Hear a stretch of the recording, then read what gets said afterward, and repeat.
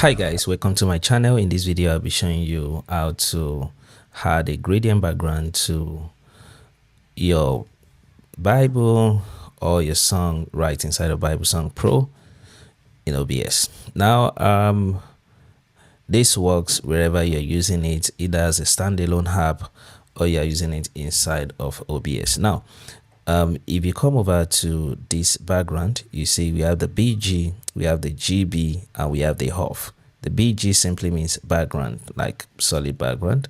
The GB means gradient background, and we have the off. Now if I switch to gradient, you see it changed from a single color to double color. So we have the red and then we have the black on this side. So this is the gradient, red and black. So you can click on it to change the color. You can change it something like blue, and immediately you click outside, it applies that to the background.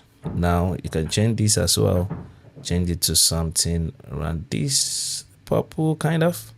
So, and then you get something like this. You can change it to something like red.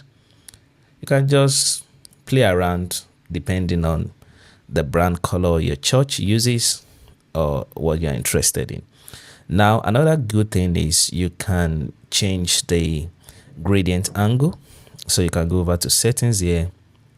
You go to settings, you'll go to background and you see gradient angle. So if you drag it, it starts to move the gradient around in 360 degrees. Can you see? So it start moving it around. Yeah, so it start moving around. So until you find a sweet spot for yourself, you can then stop. So for me, I think I'm all right here. So that's pretty much how to go about changing background right inside of Bible Song Pro.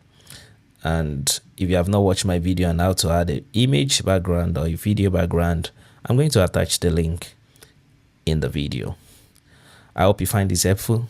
Don't forget to like, share, and comment. Have a blessed day. God bless you.